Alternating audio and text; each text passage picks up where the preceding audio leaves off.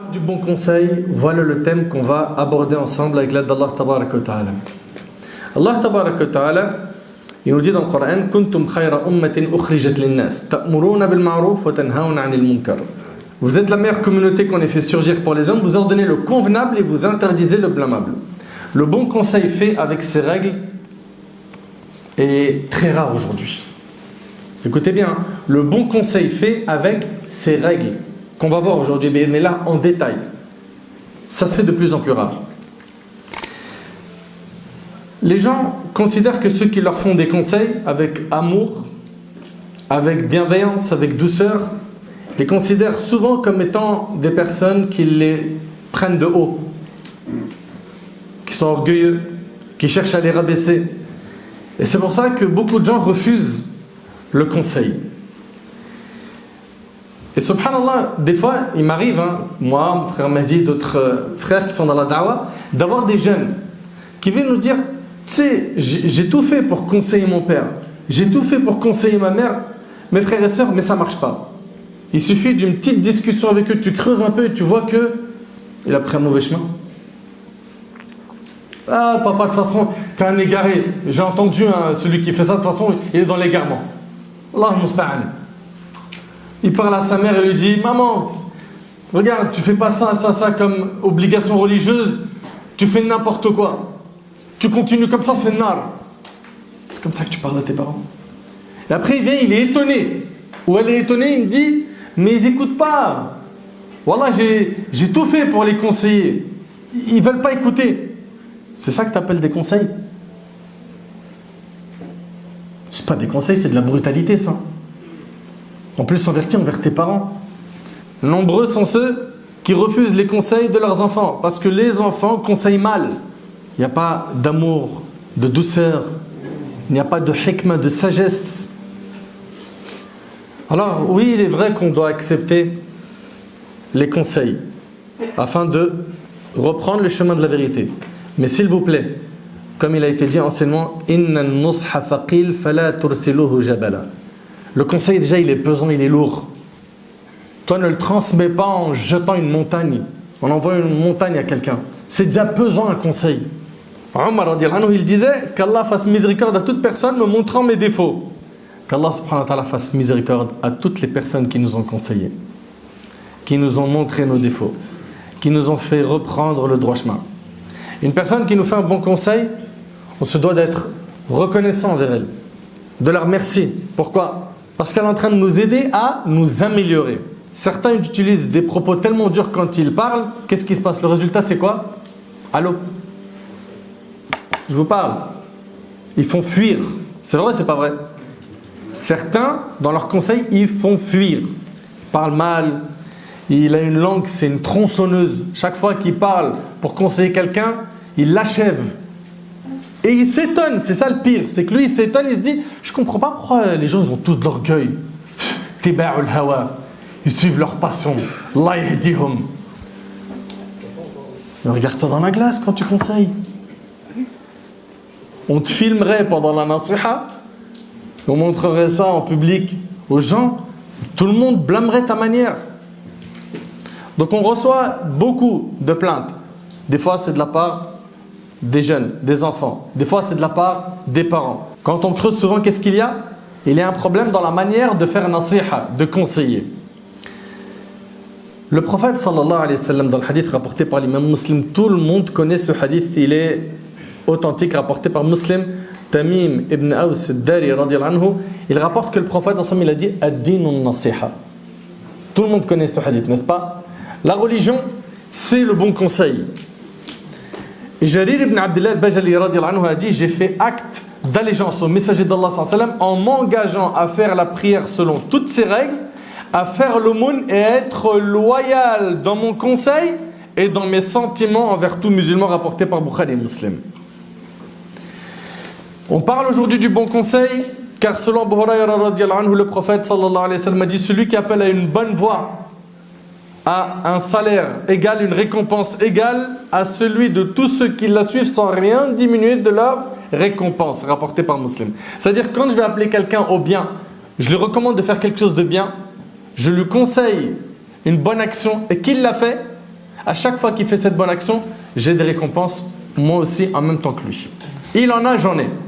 Si lui, à son tour, il enseigne ça, ce bien que tu lui as enseigné à quelqu'un d'autre, et qu'ils sont maintenant 2 personnes à faire le bien que tu as recommandé, tu as les récompenses de ces 2 personnes à chaque fois qu'ils feront cette bonne action. Et ainsi de suite, la chaîne, elle peut être très longue. Et attention, hein, dans le mal, c'est pareil. Dans le mal, c'est pareil. Certains jeunes, ils sont super contents de connaître, c'est choquant ce que je veux dire, hein, les gros mots tendance. Les gros mots tendance. Et dit attends, ouais, oh là là, attends, je vais t'enseigner une insulte là. Et ça fait rire tout le monde. Et c'est repris, et c'est enseigné, transmis de la même manière. T'as enseigné le haram, c'est dans ton compte à chaque fois que la personne fait ce haram. S'ils sont plusieurs à le faire, à chaque fois que ça sera fait, c'est dans ton compte. Soyez intelligent s'il vous plaît. Et selon Anas radiallahu anhu, le prophète m'a dit, quiconque indique un bien aura la même récompense que celui qui l'accomplira, rapporté par Tirmidhi. Et dans le hadith rapporté par l'imam Muslim selon Abu Hurayra radiallahu anhu, le prophète m'a dit, un musulman a 6 devoirs à accomplir à l'égard de son frère. S'il le rencontre, il le salue. S'il le rencontre, il le salue. Il lui dit assalamu alaikum. S'il l'invite, qu'il accepte l'invitation. S'il cherche un conseil, alors qu'il le conseille. Ça fait partie des devoirs qu'on a envers nos frères et les sœurs entre elles. Vous écoutez attentivement? S'il recherche un conseil, alors qu'il le conseille. S'il éternue et qu'il loue Allah en disant Alhamdulillah, qu'est-ce qu'on lui répond? Yarhamukallah, c'est bien, mashallah. S'il tombe malade, qu'il lui rend visite. Et s'il meurt, qu'il suive ses funérailles. Le hadith, il est rapporté par l'imam Muslim. On voit donc que le conseil a été cité dans plusieurs textes de notre religion, n'est-ce pas? Et qu'il a une place très importante. Et selon Nu'man ibn Bashir, le prophète il nous a dit, soyez attentifs s'il vous plaît. Selon Nu'man ibn Bashir, le prophète a dit, l'image des croyants dans les liens d'amour, de miséricorde et de compassion qui les unissent les uns aux autres est celle du corps. Notre image à nous, cette communauté aujourd'hui qui est d'environ 2 milliards, c'est un seul corps. Vous entendez? Vous êtes attentifs? Un seul corps. Dès que l'un de ses membres se plaint de quelque mal, tout le reste du corps accourt à son secours par la veille et la fièvre rapportées par Bukhari Muslim. Ça veut dire quoi? À partir du moment où un musulman ou une musulmane sur terre souffre d'une douleur, je la ressens. Nous sommes un seul et unique corps. Et selon Abu Musa radiallahu anhu, le prophète a dit, le croyant par rapport au croyant est comme la construction dont tous les éléments se soutiennent, il fait en même temps croiser ses doigts, rapportés par Bukhari Muslim. Donc on doit se soutenir, s'aider, se conseiller quand on voit un de nos frères glisser, tomber dans un des pièges de Satan, ou une de nos sœurs qui a été piégée par Shaitan. Le bon conseil fait partie des messages de tous les prophètes. La tâche des prophètes a toujours été d'être des bons conseillers. En transmettant quoi? Le message d'Allah tabaraka wa ta'ala. Nos modèles à nous, ils sont dans le Coran. Les prophètes. Ulaika alladhina hada Allah fa bihudahu muqtadih. Allah ta'ala dit, voilà ceux qu'Allah a guidés, suis donc leur guidée. Suis donc leur voie. La voie des prophètes, ce sont nos modèles. Les compagnons, ce sont nos modèles. Ceux qui sont venus après, les successeurs des successeurs, eux sont nos modèles. Mais aujourd'hui, on a une perte de modèle qui est cruelle.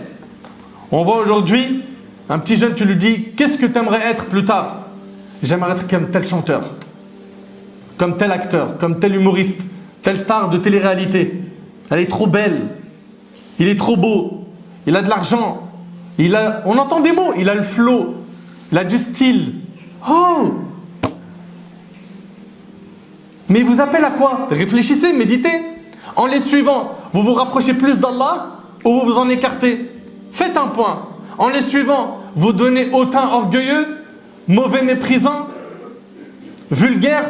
Ou est-ce que, en les suivant, vous avez envie de jeûner lundi et jeudi, lire plus de Coran, faire plus de prières surrogatoires? Posez-vous la question. Qui sont vos modèles? Et pourquoi les avez-vous pris pour modèles? Les prophètes, alayhim salam, ce sont eux les prophètes, ce sont eux les modèles. Nos modèles sont donc les prophètes, les compagnons, les pieux prédécesseurs de manière générale. Subhanallah, le prophète Salih, alayhi salam, il a appelé son peuple à Allah, comme tous les prophètes ont fait. Et son appel a été rejeté. Allah Ta'ala il nous dit فَتَوَلَّ عَنْهُمْ وَقَالَ يَا قَوْمِ لَقَدْ أَبْلَغْتُكُمْ رِسَالَاتَ رَبِّي وَنَصَحْتُ لَكُمْ وَلَكِنْ لَا تُحِبُّونَ النَّاصِحِينَ Allahu Akbar.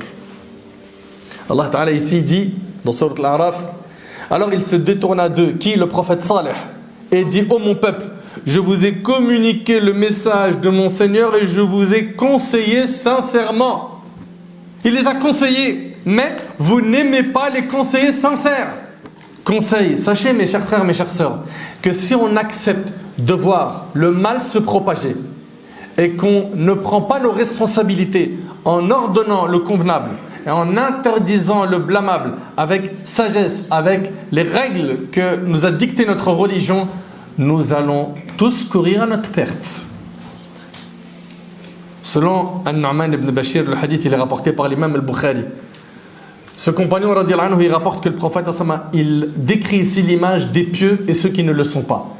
Et l'image elle est vraiment, subhanallah, très marquante. Il dit alayhi salatu wassalam, l'image de celui qui reconnaît pas les interdits d'Allah. Écoutez bien. Il dit sallam, l'image de celui qui ne reconnaît pas les interdits d'Allah et cherche à les abolir. Et l'image de celui qui les transgresse est celle d'un groupe de gens qui ont tiré au sort pour donner à chacun de sa place dans un bateau. Ça veut dire quoi en deux mots? Ça veut dire qu'il y a dans le même bateau un groupe. Dedans il y a des pieux, des gens dans la religion et des gens qui ne le sont pas. Certains ont pris le niveau supérieur. Il s'agit ici des pieux, ceux qui sont dans la religion. Quant à ceux qui sont dans les péchés, dans l'égarement, ils se sont retrouvés dans l'étage le plus bas. Ceux qui étaient dans l'étage le plus bas, ils se sont dit, au lieu de monter à chaque fois et de déranger ceux de l'étage du haut pour prendre l'eau de la rivière, mais on creuse un trou là où on est. Et comme ça, on n'aura pas à les déranger. Mais s'ils creusent un trou là où ils sont, qu'est-ce qu'il se passe? Le bateau, il va couler, barakallahu fik. Et c'est pour ça que le prophète, sallallahu alayhi wa sallam, il dit quoi? Il dit, s'ils les laissent réaliser ce désir, c'est leur perte à tous. Et s'ils les en empêchent, c'est leur salut à eux et à tous. Et nous sommes dans un bateau dans la communauté, avec parmi nous des pécheurs et des gens qui sont dans le din. Si on laisse ceux qui sont dans les péchés creuser dans ce bateau, on va tous se noyer. On peut être puni par Allah.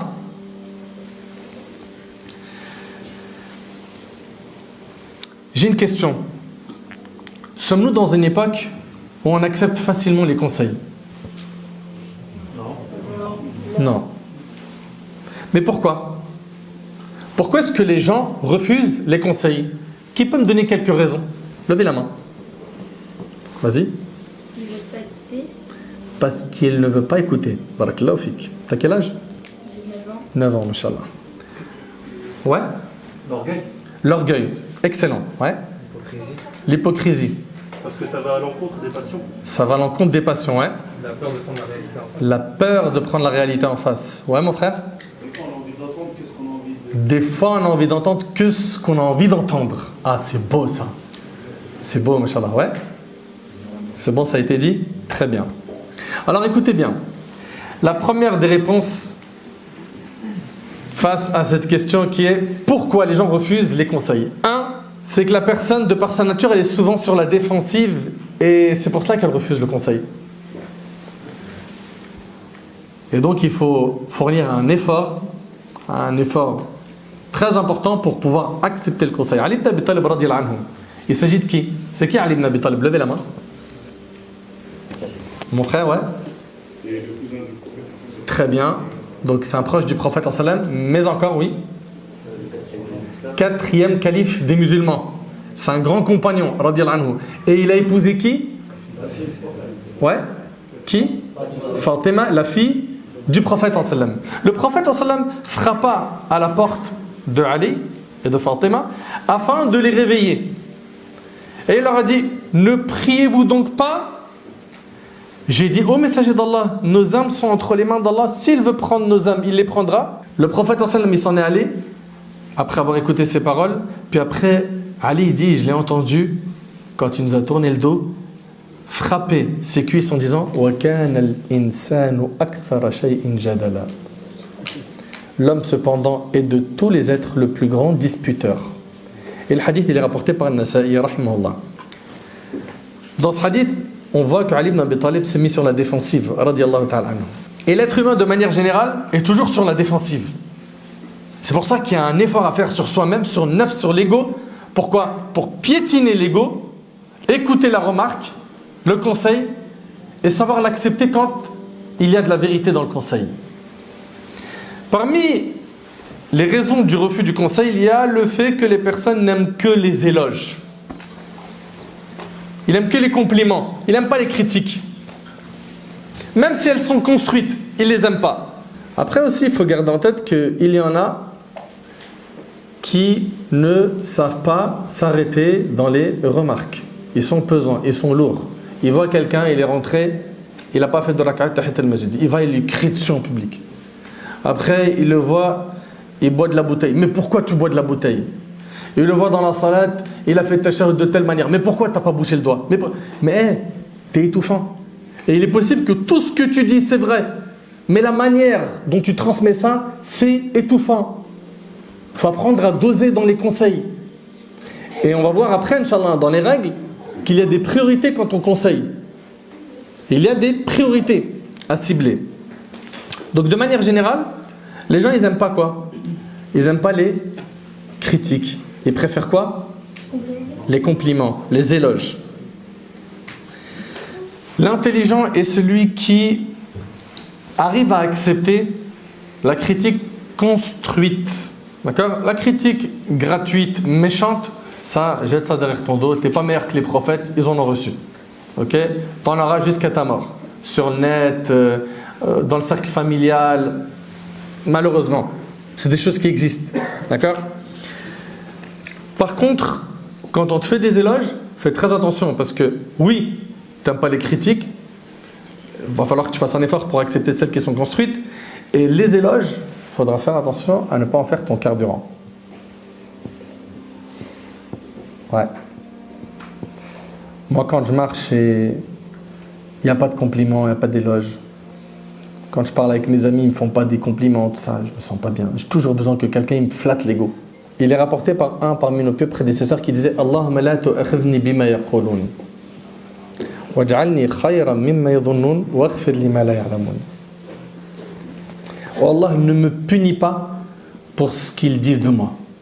Ils disent de moi, je suis quelqu'un de pieux, je suis quelqu'un de généreux, je suis quelqu'un de bon, je suis quelqu'un de sympa, etc. Ne me punis pas pour ce qu'ils disent de moi. Et fais que je sois meilleur que ce qu'ils pensent de moi.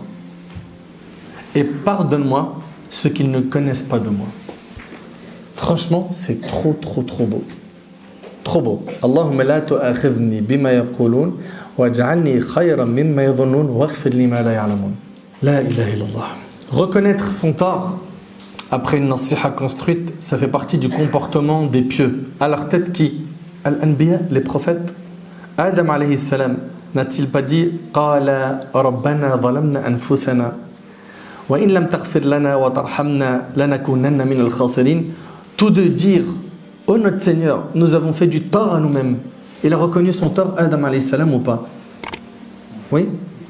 Et si tu ne nous pardonnes pas et ne nous fais pas miséricorde, nous serons très certainement du nombre des perdants. Yunus alayhi salam, qui vous connaissez, hein, il quitte la ville de Ninive, Nainawa, et il n'a pas reçu l'autorisation de son Seigneur de quitter son peuple. Puis quand il se retrouve dans l'épreuve, hein, dans 3 ténèbres, les ténèbres de la nuit, de la mer et du ventre du poisson, qu'est-ce qu'il dit? La ilaha illa ant subhanak inni kuntu min adh-dhalimin. Pas de divinité à part toi, pureté à toi, j'ai été vraiment du nombre des injustes. Donc on voit ici quoi? Que les prophètes reconnaissaient leurs torts. Comment se fait-il que toi et moi on a du mal à reconnaître nos torts? Pourquoi? Également, parmi les raisons, et j'aimerais bien que ce soit enregistré, l'orgueil. C'est quoi le kibr? Quelle est la définition du kibr? Oui? Le refus d'accepter la vérité. Le prophète, il a dit Al-kibru batarul haqq wa ghamtun nas. C'est le fait de refuser la vérité, de mépriser les gens. D'accord? Et le premier à avoir fait preuve d'orgueil, c'est qui? Allô? C'est Iblis, n'est-ce pas? Allah tabarak wa ta'ala, il lui a demandé quoi? De se prosterner pour Adam. Il a accepté? Non, aba wastakbar, n'est-ce pas? Il a refusé, il a fait preuve d'orgueil. Donc toute personne qui fait preuve d'orgueil, qu'elle garde en tête qu'elle est en train de prendre exemple sur qui là? Iblis. C'est ça qui a fait sortir Iblis du paradis. Une personne intelligente, si on lui montre une erreur qu'elle a fait, elle va remercier la personne qui lui fait conseil. Et elle reconnaît son tort. Oui, je me suis trompé. Barakallahu fik. Qu'Allah te récompense. Sachez que les conseils se font de plusieurs types. Et là, je vais aborder un point qui est très important. Il y a le conseil qu'on fait de manière générale. Il y a le conseil qu'on fait de manière particulière. Il y a le conseil qu'on fait en public et le conseil qu'on fait en secret. Je vous demande d'être très attentif. Parce que si vous voulez bien cerner le sujet du conseil, il faut bien écouter ce qui arrive. Le conseil de manière générale, c'est lorsqu'une personne va dire Ma balu aqwam yaf'aluna kadha wa kadha. Comme le prophète sallallahu alayhi wa sallam, il y a des gens qui font ceci et cela. Est-ce que là j'ai cité le nom de quelqu'un? Non. Il y a des gens qui font ceci et cela. Allah tabaraka wa ta'ala dans le Coran a utilisé cette méthode. Wa minan nasi man yu'jibuka qawluhu fil hayati ad-dunya. Et il y a parmi les gens celui dont la parole sur la vie présente te plaît. Il y a parmi les gens celui dont la parole sur la vie présente te plaît. Dans le Coran, pareil, dans Sourate Al-Baqarah, wa minan nasi man yaqulu amanna billahi wa bil yawmil akhir. Parmi les gens, il y a ceux qui disent nous croyons en Allah et au jour dernier. Wa minhum man yalmizuka fi sadaqat. Et il en est parmi eux qui te critiquent au sujet des sadaqat. Donc là, on a bien vu que c'est quoi?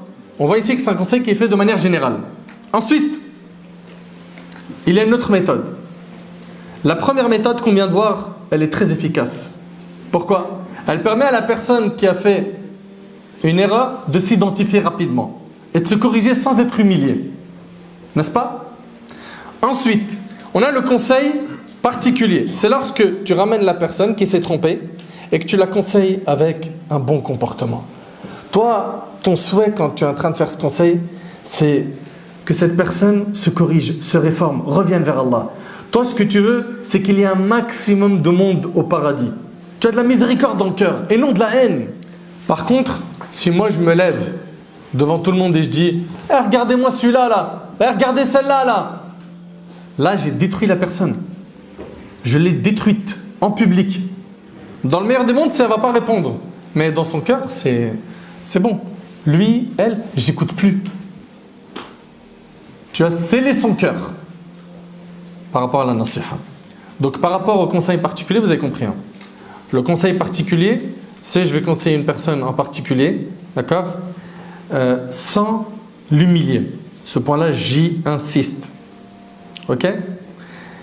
Et puis, tu sais, quand tu couvres l'erreur d'une personne, cette personne-là qui a fait une erreur qui n'a pas été vue par les gens, et toi tu la couvres, tu gagnes beaucoup. Le prophète a dit il n'est pas une personne qui couvre les défauts de son prochain dans ce monde dont Allah ne lui couvre les siens le jour du jugement, rapporté par Muslim. Tu n'aimerais pas que le jour du jugement Allah il couvre tes péchés? Et quand je pense à ceux qui, pour avoir plus de vues, de likes, de buzz, ils font tout pour mener des enquêtes et afficher, dévoiler certains sur le net. La hawla wa la quwwata illa billahi al-aliyyil azim. Mais vous voulez quoi? Vous voulez vous faire humilier le jour du jugement? Quant au conseil en public, il se fait lorsque l'erreur est apparente. Bien sûr, on commence par conseiller dans la mesure du possible en secret. Dans le cas où la personne ne répare pas son erreur, on la conseillera devant le public.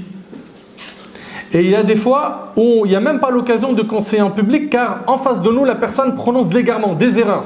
Et il faut que le conseil se fasse en public. Abu Sanabil avait émis une fatwa, un avis juridique, et le prophète sallallahu alayhi wa sallam a dit sur ce compagnon, ne l'écoutez pas, il a menti. Là on parle de qui là? Du prophète sallallahu alayhi wa sallam. L'homme qui avait le meilleur comportement, qui était doux, plein de rahma. Là il a dit quoi? Ne l'écoutez pas, il a menti. Pourquoi il a fait ça? Parce qu'il a fait une erreur en public. Il fallait que ce soit corrigé tout de suite pour pas que les gens partent avec cette erreur. Ibn Mas'ud radiyallahu anhu a repris 2 fois Abu Musa al-Ash'ari sur 2 fatwas qu'il avait émises. La deuxième fois qu'il l'a repris, c'était lorsqu'un homme est venu lui poser une question qu'il avait déjà posée à Abu Musa al-Ash'ari, qui lui avait dit, Ibn Mas'ud va te répondre la même chose que moi. Ibn Mas'ud a dit, si j'avais donné la réponse qu'a donnée Abu Musa al-Ash'ari, j'aurais été un égaré. Allahu Akbar. Allahu Akbar. Cela est un conseil fait en public. Pourquoi? Car l'erreur a été écoutée par les gens et tout le monde doit savoir que cet avis est faux. Vous suivez? Le conseil en public se fait face aux innovateurs. Des gens par exemple qui vont insulter les compagnons. Eux, il faudra ici mettre en garde contre eux. Pourquoi? Ce sont des mubtadi'in, des innovateurs. Al-Hassan al-Basri, rahimallah, dit mettre en garde contre les innovateurs n'est pas une médisance. Mais vous savez le problème, il est où là? Mais vous savez le problème, il est où aujourd'hui? C'est qu'aujourd'hui dans la case d'innovateurs, on a mis des gens qui ne sont pas des innovateurs. Et c'est pour ça qu'on va voir énormément de mises en garde sur le net qui ne sont pas fondées. Plein. Et on va nous reprendre des paroles de pieux prédécesseurs, comme quoi il ne faut pas saluer les innovateurs, il ne faut pas s'asseoir avec eux, etc. Mais d'accord, pas de problème. Mais est-ce que tu es sûr que la personne qui est en face de toi, lui ou elle, c'est un innovateur? Tu en prends la responsabilité devant Allah? Tu assumes ton propos? Fais très attention. Donc on a vu ici qu'il y a des conseils à donner de manière générale, des conseils particuliers, des conseils en public, des conseils en secret.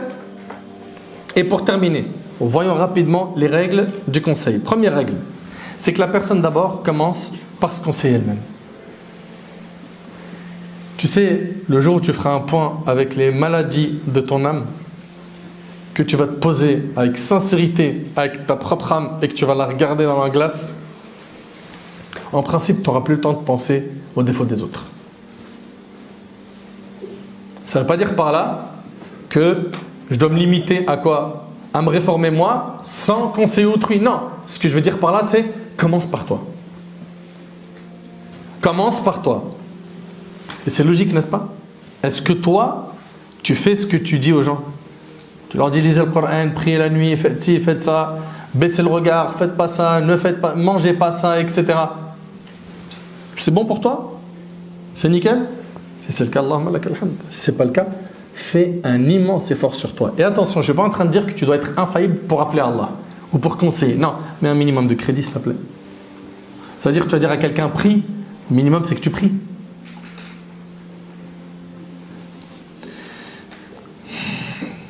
Donc, regarde-toi dans la glace, ça c'est un. Deuxième conseil pour ceux qui appellent Allah subhanahu wa ta'ala et qui conseillent les gens, il y a le fait d'être sincère. On a dit premier conseil, c'est quoi? C'est de se conseiller d'abord nous-mêmes, n'est-ce pas? Deuxième conseil, c'est d'être sincère dans nos conseils. Toi qui es parti conseiller une personne, qu'est-ce qui t'a poussé à le faire? Écoutez les questions que je vais poser. Essayez de vous répondre, vous qui avez déjà conseillé autrui. Est-ce que tu l'as conseillé parce que tu l'aimes? Tu le veux son bien? Si c'est le cas, félicitations. Par contre, si tu me dis non, réponds à cette question. Aurais-tu aimé qu'une personne fasse ce conseil à ta place? Si tu dis oui, félicitations. Si tu dis non, réponds à cette question. T'es-tu attristé de voir ton frère se tromper, commettre un grand péché? Si tu dis oui, je te félicite. Si tu dis non, réponds à cette question. Avais-tu comme intention de faire ton conseil en secret, alors qu'il n'y avait qu'un seul moyen, le faire en public? Si tu dis oui, je te félicite. Par contre, si tu dis non, réponds à cette question. Si cette erreur avait été commise par la personne que tu aimes le plus, l'aurais-tu conseillé de la même manière qu'une étrangère? Si tu dis oui, félicitations. Si tu dis non, sache que la sincérité est une condition de validation de l'acte. Le prophète sallallahu alayhi wa sallam a dit innamal a'mal binniyat, n'est-ce pas? Les actes ne valent que par leurs intentions. Tu as des gens qui, lorsqu'ils conseillent, leur rêve c'est de se mettre eux en avant. Moi, si je lui ai apporté ce conseil en public, c'est pour monter en grade, en vue, en like, en notoriété, en j'aime. Mais ça, c'est pas notre langage à nous. Nous qui sommes dans le din. Ça fait pas partie de nos vocabulaires, tout ça. Ça concerne les autres, pas nous. Si tu n'es pas sincère dans tes conseils, revois ton intention. Troisièmement, fais en sorte que la personne que tu vas conseiller t'aime, dans la mesure du possible. Essaye de gagner son cœur. Tu vas conseiller quelqu'un, tu l'as vu faire quelque chose de mauvais. Par exemple, il mange de la main gauche. D'accord?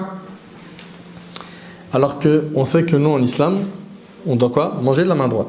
Eh bien, vous qui aimez les décos, les couleurs, décorez vos conseils. Embellissez-les. Faites-vous aimer par la personne que vous allez conseiller. Commence par lui trouver des qualités. Et fais-lui quelques éloges. Flatte un peu son ego. Dis-lui, tu sais, mashallah, je suis trop content, je vois... Comment tu t'appelles? Mohamed, mashallah. Tu viens à la mosquée depuis combien de temps? Ça fait plaisir, mashallah. Et en plus, t'es jeune et tout. Ça, c'est magnifique. Et tu le flattes un peu, tu as tissé un petit lien. Là, à force déjà de lui avoir fait quelques éloges, là, ses oreilles, c'est une montgolfière. Il est prêt à t'écouter. Ok? À ce moment-là, glisse-lui le message. Dis-lui, par contre, tu sais, en islam, quand on mange, le prophète Sam, il a dit, kul bi yaminik, etc., mange avec la main droite. Ça va être facile à encaisser, oui ou non? Mais tu viens, tu lui dis, hop, hop, oh, oh, oh! Ah, sahbi! T'es musulman ou c'est quoi le truc là? Là, déjà, lui, dans son cerveau, tu lui as fait un bug informatique. Et après, tu continues comme ça, le torpiller en public, il t'écoutera pas. Et s'il t'écoute, franchement, qu'Allah il le récompense. Mais toi, tu as fait du tort. Tu as fait du tort. Et fais ce conseil de la même manière que tu aimerais le recevoir. Le prophète, n'a-t-il pas dit, aucun de vous ne sera un véritable croyant que lorsqu'il aimera pour son frère ce qu'il aime pour lui-même? N'est-ce pas? Hadith rapporté par Bukhari Muslim selon Anas. Il incombe à celle qui va conseiller qu'elle ait une maîtrise totale du sujet qu'elle va aborder. Je vais conseiller quelqu'un dans un domaine religieux, mais je ne maîtrise pas le sujet. Il suffit qu'il me déstabilise avec 2 questions et ça y est, je perds mes repères. Allah Ta'ala dit قُلْ هَذِهِ سَبِيلِ أَدْعُ إِلَى اللَّهِ عَلَى بَصِيرًا. Dans Sourate Yusuf, Allah Ta'ala il nous dit ici, dit voilà ma voix, j'appelle les gens à la religion d'Allah. Moi et ceux qui me suivent, nous basons sur une preuve évidente. On parle nous avec quoi? Clairvoyance, avec des preuves solides. La sincérité dans le conseil ne suffit pas. Sincérité et la maîtrise du sujet que je vais aborder. D'accord? Aussi choisir le bon endroit, le bon moment. Tu vas le conseiller, très bien. Devant qui? Devant tout le monde? Tous les gens qui sont là, présents? Tu vas conseiller madame, ta femme, devant tout le monde, devant les enfants? Et des fois, vous savez qu'il se peut que quoi, le ton il monte. Toi, ma soeur, tu vas conseiller ton mari devant tout le monde? On voit des fois des gens amenés avec une vingtaine de personnes pour conseiller une personne. Mais vous cherchez quoi? C'est un spectacle là, c'est pas une nasiha. C'est une fadiha que vous voulez. Vous voulez pas conseiller, vous voulez scandaliser la personne. L'imam Shafi'i, il disait, sermonner mon frère en secret, c'est le flatter. Le faire en public, c'est le diffamer. On a dit, je vais choisir l'endroit, aussi le moment. Donc il va falloir trouver le bon moment pour conseiller. Et ça demande quoi? Ça demande de la clairvoyance, ça demande de l'intelligence. Ça demande quoi? Ça demande de la hikmah, de la sagesse. Et quand on conseille également, on conseille par priorité. J'ai une personne devant moi, écoutez attentivement s'il vous plaît, qui boit de l'alcool. D'accord? Et en même temps, il fume la cigarette. Cette personne-là, quand je vais la conseiller, je commence par quoi? Lui dire d'arrêter de fumer et de boire de l'alcool. Très bien. Je vais d'abord commencer avec cette personne-là par ce qu'elle fait de plus grave. D'accord? On va d'abord commencer à parler avec elle de quoi? De l'alcool. Ok? On commence par ce qui est de plus grave. Puis après on descend. Et si tu viens, tu lui dis, ah frérot, regarde, le dégradé ça va pas. La clope c'est relou. Schéma, tu vas où? Tu roules des joints, tu bois, fornication. Tu lui envoies tout ça d'un coup. C'est très rare qu'une personne va être réceptive et va te remercier après avoir encaissé une grosse décharge électrique. C'est vrai ou pas? Généralement, ce que tu auras, c'est quoi? Par respect, il va t'écouter attentivement. Puis voilà, il va dire oulala, lui là. Plus jamais de la vie tu me ramènes un frère mus comme lui. Hein. Moi je veux pas en... c'est des ouf les gars. Donc finalement, qu'est-ce que tu as fait? Tu as gagné ou tu as perdu là? Avec lui tu as perdu. La sagesse ici réside dans le fait de se concentrer sur les priorités. La sagesse ici, la hikmah, c'est de se concentrer sur les priorités. Donc que ce soit un homme ou une femme, barakallahu fikum, aborder les points par priorité avec eux. D'accord? On conseille donc par priorité. Aussi, on choisit les meilleures paroles lors des conseils. Ud'u ila sabili rabbika. Comment? Bil hikmah wal maw'izatil hasana wajadilhum billati hiya ahsan. Par la sagesse et la bonne exhortation, appelle les gens au sentier de ton Seigneur et discute avec eux de la meilleure façon. Subhanallah. Conseil de la meilleure des manières. Et attention, de la meilleure des manières, est-ce que ça veut dire forcément de la douceur? Ça, c'est une grande erreur. Hein. Parfois, la fermeté, c'est la hikmah, la sagesse. Et le prophète, qui est l'homme le plus doux, qui avait le plus de rahma, qui avait le meilleur des comportements, celui qui a dit « Innama bu'ithtu li utammima makarim al-akhlaq » j'ai été envoyé pour parachever les nobles caractères, il lui est arrivé d'être ferme. Cet homme, ce compagnon, à qui il a pris une bague en or et il l'a jetée. Ici, le prophète, il a fait preuve de fermeté. C'est un compagnon. Donc, avec les personnes qui ont un minimum de bagages religieux, qui ont de la connaissance, eux, la fermeté, elle peut être, dans certains cas, la hikmah. À toi, après, de t'adapter en fonction du profil qui est devant toi. Et je vous ai dit, c'est un art. Et il y a des personnes, la fermeté avec eux, ça ne marche pas. Il n'y a que la douceur qui marche. Donc, il n'y a pas qu'une seule manière de faire da'wah. Ok? Le tout, ça sera quoi? Ça doit être fait avec sagesse. Sagesse, c'est-à-dire, je sais que c'était maintenant, de cette manière-là, avec ces mots-là, dans ce moment-là, que fallait que ce soit transmis. Vous suivez? Aussi, un point très important, c'est être juste lors du conseil. Sois juste. Tu viens, tu lui reproches des choses qu'il ne fait pas. C'est injuste. C'est vrai, c'est pas vrai. Tu viens, tu lui dis, regarde, je vais te dire un truc. Ta femme, elle m'a tout dit. Voilà. T'es avare. Franchement, t'abuses. Apparemment, jusqu'à maintenant, t'as pas acheté une couche à tes bébés. T'exagères quand même. Et là, en fait, vous savez, le problème, il est dans quoi? Il est dans le fait que ce frère qui dit ça à ce mari, il n'a même pas écouté les deux versions.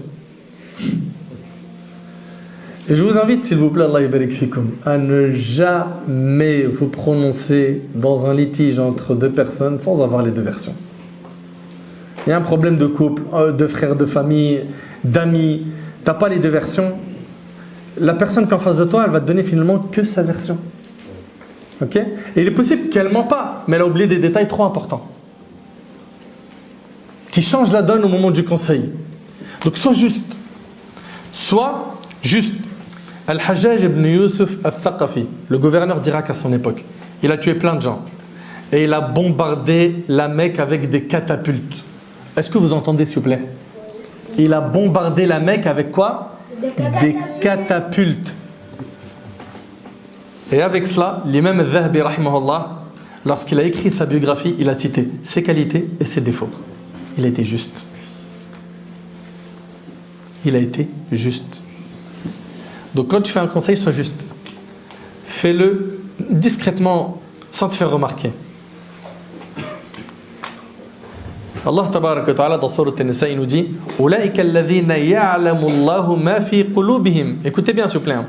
Allah ta'ala, il nous dit Ulaika alladhina ya'lamu Allahu ma fi qulubihim fa'arid anhum wa'idhhum wa qul lahum fi anfusihim qawlan baligha. Fi anfusihim, c'est-à-dire quoi? Écoutez bien. Voilà ce dont Allah sait ce qu'ils ont dans leur cœur. Ne leur tiens donc pas rigueur. Exhorte-les et dis-leur sur eux-mêmes des paroles convaincantes. Ibn Kathir, rahmallah, il dit dis-leur sur eux-mêmes veut dire conseille-les en secret. Bien évidemment, ce n'est pas la règle tout le temps. Il y a des cas où le conseil devra se faire en public si la personne elle appelle un égarement public. On vous l'a dit ça, n'est-ce pas? Autant que possible, fais preuve de douceur. Allah tabaraka wa ta'ala a envoyé deux prophètes au plus grand tyran de l'histoire.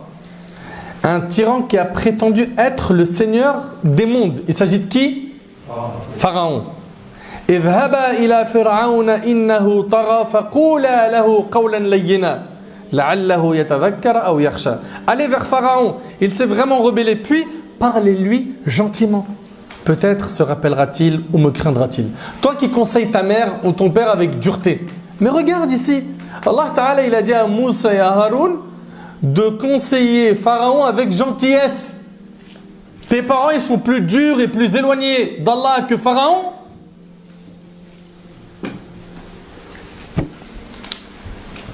Le prophète Ibrahim alayhi salam, il parle à son père Azar, qui était un grand mushrik.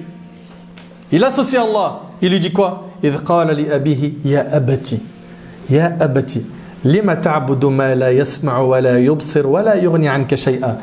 Lorsqu'il a dit à son père, oh mon père, mon cher père, pourquoi adores-tu ce qui n'entend ni ne voit et ne te profite en rien? Subhanallah.